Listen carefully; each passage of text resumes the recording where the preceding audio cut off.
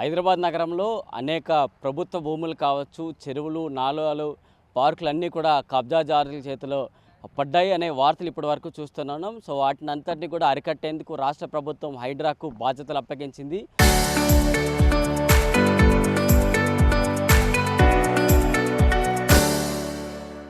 So Hydraa కూడా సాయశక్తులా ప్రయత్నించుకుంటూ న్యాయ సలహాలన్నీ తీసుకొని చెరువులు ఎక్కడెక్కడ కబ్జా జరిగాయనే వాటిపైన దృష్టి పెట్టుకుంటూ కూడా ముందుకు వెళ్తున్నారని చెప్పుకోవాలి. ఈ నేపథ్యంలోనే మొదటి దశలో 6 చెరువులకి పునర్జీవం అందించడానికి కూడా హైడ్రా సిద్ధమైందని చెప్పుకోవచ్చు.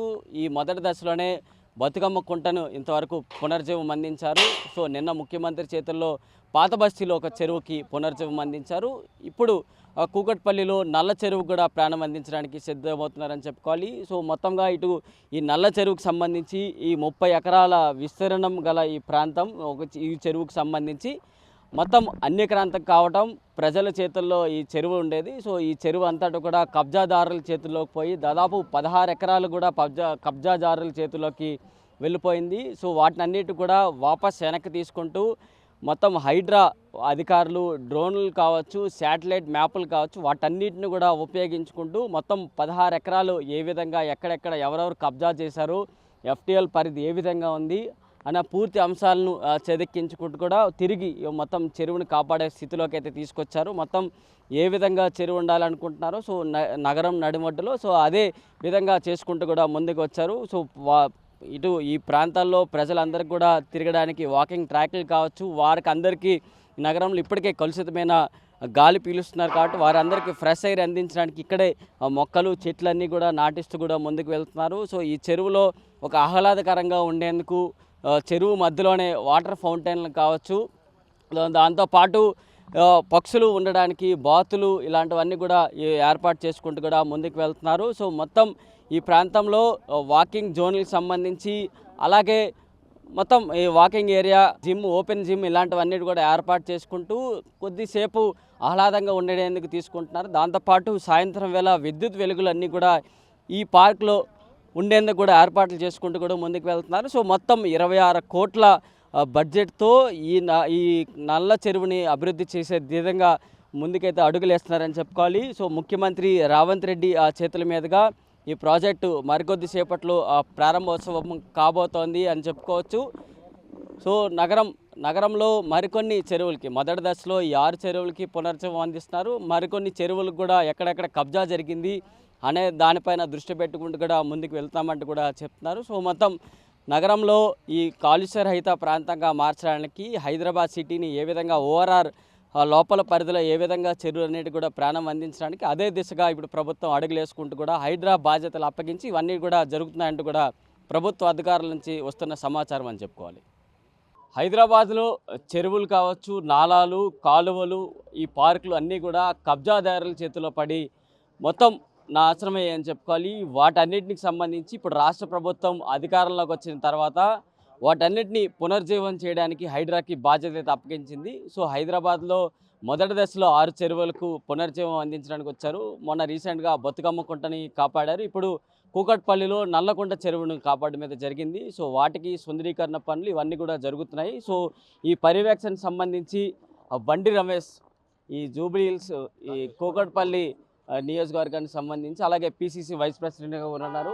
ఇక్కడ ఆయన ప్రాంతానికి సంబంధించి చెరువు ఏ విధంగా అభివృద్ధికి జరుగుతుంది ఆయన మాటల్లోనే తెలుసుకుందాం. ఇన్నేళ్ళుగా ఈ కబ్జాదారుల చేతిలో ఉన్న ఇలాంటి చెరువులన్నీ కూడా పునర్జీవం పోసుకుంటున్నాయి. మీరు ఏ విధంగా చూస్తున్నారు, ఇంకా ఏ విధంగా ముందుకెళ్ళాలి? ఇవాళ గ్లోబల్ సిటీగా రూపుదిద్దుకుంటున్న హైదరాబాద్ మహానగరంలో ఉన్న చెరువులన్నిటినీ కూడా సుందరీకరణ చేయాలి, చెరువులను పరిరక్షించాలి, రాబోయే తరాలకి చెరువులను మనం అందించాలి, ఈ జ్ఞాపకాలన్నీ మిగిలి ఉండాలని ఒక మంచి ఉద్దేశంతో ఇవాళ కాంగ్రెస్ పార్టీ రేవంత్ రెడ్డి గారి నాయకత్వంలో ఉన్న ప్రభుత్వం ఇవాళ ఈ చర్యలు చేపట్టింది. ముఖ్యంగా హైడ్రా రంగనాథ్ గారి సారథ్యంలో ఇవాళ హైదరాబాద్లో ఉన్న చెరువులన్నింటినీ కూడా కబ్జా చెరువుల నుంచి బయటికి తీసి అన్ని చెరువులు కూడా పరిరక్షించడం జరుగుతూ ఉంది. అసలు ముఖ్యంగా మన హైదరాబాద్ మహానగరానికే ఒక చెరువుల నగరంగా పేరుంది. అటువంటి నగరంలో చెరువులన్నింటినీ కూడా సంరక్షించాలనే ఆలోచనతో ఇవాళ మా కూకట్పల్లి నియోజకవర్గంలో ఉన్న ఈ నల్ల చెరువు, అంటే మా ఇక్కడ నల్లపోచమ్మ తల్లి కూడా ఉంది, నల్లపోచమ్మ చెరువు అని కూడా కొందరు అంటుంటారు. ఈ నల్ల చెరువుని ఇవాళ మరి సుందరంగా తీర్చిదిద్దడమే కాకుండా దీన్ని ఒక పర్యాటక కేంద్రంగా తీర్చిదిద్ది మరి బ్రహ్మాండంగా ఇవాళ జాతికి అంకితం చేయబోతా ఉన్నారు మా ముఖ్యమంత్రి గారు.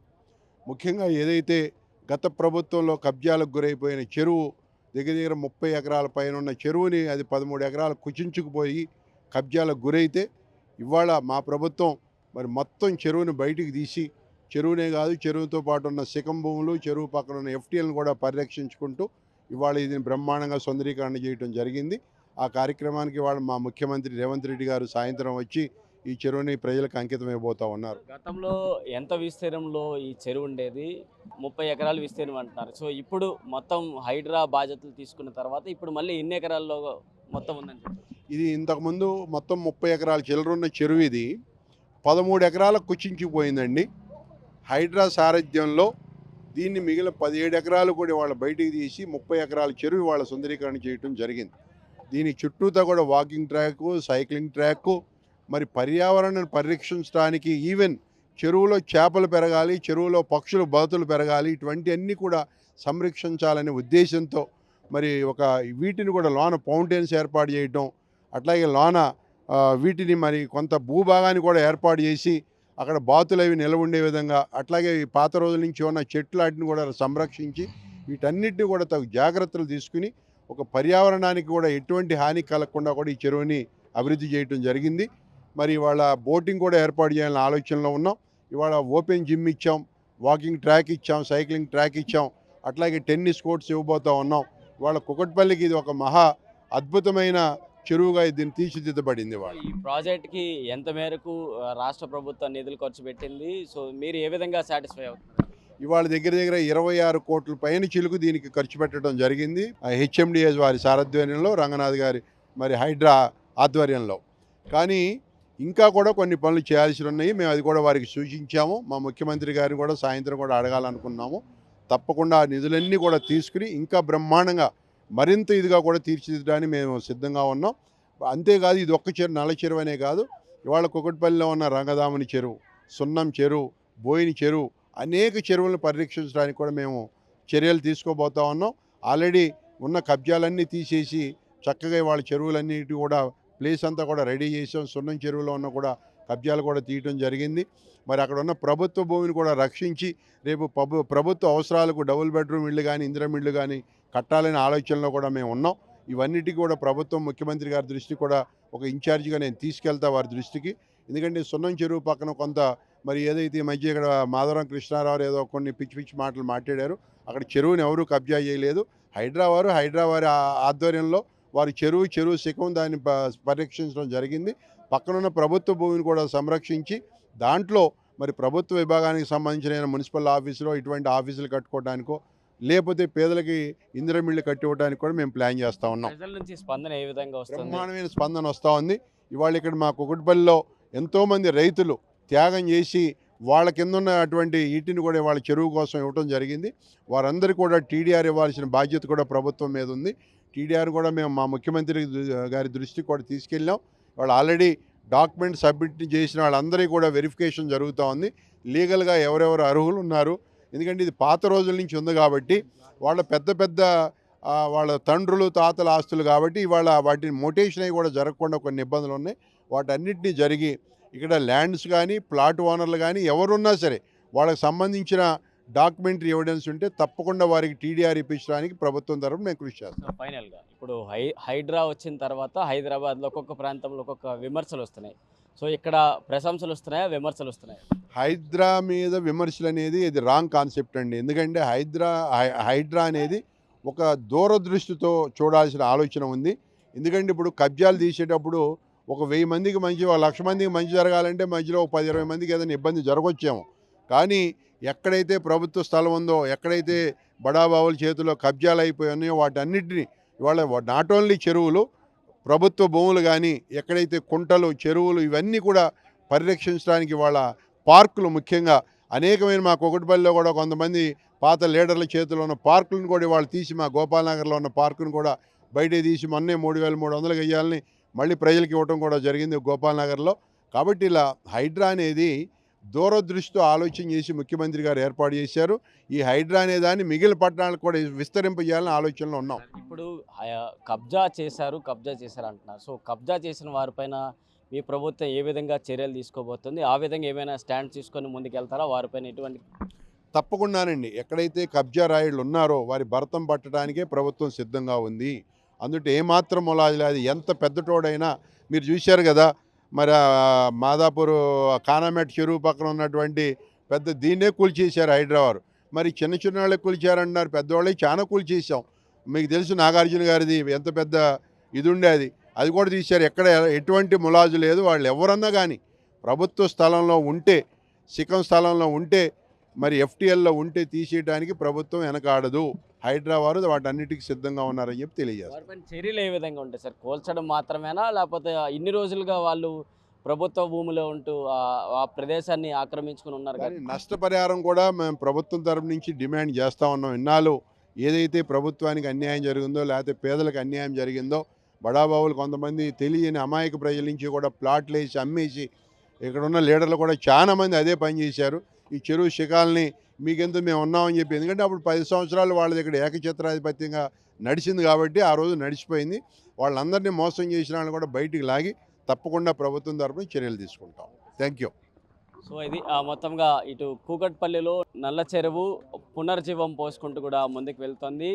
హైడ్రా బాధ్యతలు చేపట్టిన తర్వాత మొదటి విడతలో ఈ 6 చెరువులకు పునర్జీవం చేసుకుంటూ కూడా వెళ్తున్నారు. ముఖ్యమంత్రి చేతుల మీదుగా మరికొద్ది సేపట్లో ఈ చెరువు ప్రారంభోత్సవం కాబోతుందని చెప్పుకుంటున్నారు. సో దీంతోపాటు ఈ కూకట్పల్లి పరిసర ప్రాంతాల్లో ఉన్న చెరువులన్నిటికీ కూడా మేము కబ్జాదారుల చేతుల్లో నుండి బయటకు తీసుకొచ్చి వాటికి విముక్తి కలిగించే విధంగా మేము ముందుకెళ్తామంటూ బండి రమేష్ గారు అయితే తెలుపుతున్నారు. వీడియో జర్నలిస్ట్ గణేష్తో ప్రశాంత్, RTV, హైదరాబాద్ నుంచి. కాంగ్రెస్ ప్రభుత్వం వచ్చినప్పటి నుంచి మంచి చెరువులు పునరుద్ధరణ బాగానే ఉంది. అంతకుముందు మొత్తం కబ్జాలు ఉండే, బాగానే చేస్తున్నానని నేను అనుకుంటున్నాను. ఈ కొద్ది రోజుల్లో ఈ చెరువు ఎలా ఉండేది, గతంలో ఎలా ఉండేది? గతంలో మొత్తం కబ్జా చేశారు, ఇప్పుడు బాగానే ఉంది. ఇప్పుడు మొత్తం పెంచింగ్ వేసి అంతా కబ్జా లేకుండా ఉంది. సో మీకు ఎలా అనిపిస్తుంది వాకింగ్, మీకు ట్రాక్? వాకింగ్ ట్రాక్ రోజు బాగుంది మాకైతే. ఇప్పుడైతే అంతకుముందు అయితే ఏం లేకుండే, చెత్త చెదారంతో నిండింది. ఇప్పుడు వాకింగ్ ట్రాక్ బాగుంది పొద్దునైతే మాకైతే. సాయంత్రం విద్యుత్ వెలుగులు ఏ విధంగా ఉండబోతున్నాయి? విద్యుత్తులు బాగానే ఉన్నాయి, పెట్టారు విద్యుత్ కూడా. లైట్లన్నీ బాగానే ఉన్నాయి, అన్నీ మంచిగా ఉన్నాయి. సో ఎలా ఫీల్ అవుతున్నారు? చాలా వచ్చిన తర్వాత హైడ్రా వచ్చిన తర్వాత ప్రాంతంలో మా బతుకులు నాశనం చేశారని హైడ్రా మీద విమర్శలు చేస్తున్నారు. లేదు, హైడ్రా ఇక్కడ ఏం చేసింది? హైడ్రా వచ్చిన నుంచి బాగుంది. కొందరు పెద్ద పెద్దోళ్ళు అది చేస్తారు, కానీ చిన్న చిన్న వాళ్ళు బాగానే ఉంది. కబ్జా చేసినప్పుడు ఎవరైనా తీయవలసిందే. ఇప్పుడు ఈ 30 ఎకరాలు మళ్ళీ తీసుకొచ్చామని అంటున్నారు. సో ఎంతవరకు అది నిజం? అది తీసుకొచ్చారు. కొన్ని మొత్తం కూల్చేశారు. మేము చూసాం, మేము ఇక్కడే ఉంటాం, మేము చూసాము, కూల్చేసాము, అన్నీ చేశారు. ఇంకా ప్రభుత్వానికి ఏం చెప్తారు? మీ ఏరియాలో ఇంకెన్ని చెరువులు కబ్జాలు ఉన్నాయి? ఇప్పుడు ఇక్కడ ఏరియాలో అయితే ఇది ఇప్పుడు కబ్జా ఉండే, ఇది బాగానే ఉంది. ఇప్పుడైతే ఈ ఏరియాలో ఇది ఫస్ట్ కుక్కట్పల్లి నల్ల చెరువు. నా పేరు పస్మాల హనుమంతరావు, మాది స్థానిక కుకట్పల్లి. మా ఈ ల్యాండ్స్ అన్నీ మా సంబంధించిన మా కాకపోతే చెరువు అప్పటికి ఇప్పటికీ అభివృద్ధి చెందింది. ఎందుకంటే దేనికి దానికి వాస్తవం కనిపిస్తుంది కాబట్టి. ఒకప్పుడు దుర్వాసనతో ఉండే, మొత్తం డ్రైనేజ్ వాసన ఉండే. ఇంకా చాలా చేయాలి, కాకపోతే GHMC వాళ్ళు పట్టించుకోవట్లేదు. ఎందుకంటే ఈరోజు సీఎం వచ్చాడు కాబట్టి ఇంతగానం పట్టించుకున్నారు, కానీ మిగిలినవి పట్టించుకోవట్లేదు. కాకపోతే వాస్తవాన్ని ఒప్పుకోవాలి ఎవరైనా, కనిపిస్తుంది కాబట్టి. కానీ మంచి జరిగింది, ఇంకా బెటర్గా చేస్తే ఇంకా బాగుంటుంది. అంటే లోతుపాట్లు ఏవైతే ఎక్కడైతే మైనస్లు ఉన్నాయో అవి పూడ్చడం, క్లియర్ చేసుకోవాలి. వరకు కబ్జాదారుల చేతిలో ఉంది ఈ చెరువు అని అన్నారు. సో అదంతా రికవరీ అవుతుందా? అది పట్టాదారుల ల్యాండ్, అది గవర్నమెంట్ వాళ్ళు కోర్టులో వేశారు. మళ్ళీ ప్రభుత్వం వాళ్ళకు రిఫండ్ కాంపెన్సేషన్ ఏమి ఇస్తుంది అనేది చూడాలి. కాకపోతే ఉన్నది ఇప్పుడు MRO రికార్డులో ఉంటుంది కాబట్టి తెలిసిపోతుంది కదా. సో మీరు ఇప్పుడు ఎట్లా ఫీల్ అవుతున్నారు? మీ ప్రాంతంలో ఈ చెరువు రికవరీ అయింది, మంచిగానే రాబోతుంది. ఫ్రెష్ అంటే ఇప్పుడు ఈ చెట్లు పెరిగేసరికి ఇంకొక 10 సంవత్సరాలు పడుతుంది. కాకపోతే అప్పటి వరకు ఫ్యూచర్ మారుతూ ఉంటుంది కాబట్టి, జనరేషన్ మారుతూ ఉంటుంది కాబట్టి ఆ మార్పు అనేది సహజం. సో హైడ్రా చేసిన ఈ పనులకి ఏం చెప్తారు మరి? వీళ్ళు చేసిన వర్క్కు, హైడ్రా చేసిన వర్క్కు 100% కరెక్టే, మంచిగానే చేసింది. కాకపోతే వాళ్ళకు ఎవరైతే మిగిలిన ల్యాండ్ ఓనర్స్ అంటే పోయింది అని వాళ్ళు అంటున్న పోయింది వాస్తవమే.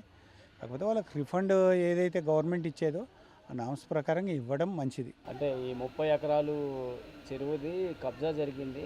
సో అదే వాటిని నాకు తెలిసిన మటుకు 7 ఎకరాలే చెరువు ఉండే. మేము ఇక్కడే నీళ్ళు తాగింది ఇక్కడే, బర్రెలను కడిగింది కూడా ఇక్కడే, స్నానాలు చేసింది కూడా అందులోనే. కాబట్టి అప్పటికిప్పటికీ చెరువు మారింది. అంటే ఒకప్పుడు ఇంత ఎక్స్టెన్షన్ లేదు, ఇవన్నీ ఇండ్లు లేవు కాబట్టి అప్పుడు తేట నీళ్ళే ఉండే. ఇప్పుడు ఇండ్లు ఎక్కువైపోయినాయి, పబ్లిక్ ఎక్కువైపోయారు. ఇక చెరువుల నీళ్ళు ఎక్కడ పోతాయి? డ్రైనేజ్ వాటర్కు సరి అయిన గైడ్లైన్స్ లేదు ఇప్పటికీ. స్టిల్ నౌ ఈరోజు కూడా సరి అయిన డ్రైనేజ్ వ్యవస్థకు సరి అయిన మార్గం లేదు. ఇప్పుడు వీళ్ళు అంటున్నారు వర్షపు నీళ్ళు మాత్రమే వస్తాయి అనుకుంటున్నారు. ఓవర్ఫ్లో అయినప్పుడు ఇప్పుడు ఒక ప్లాట్ ఒక చిన్న ఏరియాలో ఒక ఇల్లు ఉంటే పర్వాలేదు, అది స్ప్రెడ్ అయిపోతుంది కదా పైకి. కింద గ్రౌండ్లో ఉన్న పైప్ పెరగట్లేదు, అది పెరిగితే మంచిది. Local to global news at your fingertips. మీ చేతిలో ఒక ఆయుధం. Download Raw TV app. Media legend Ravi Prakash is back.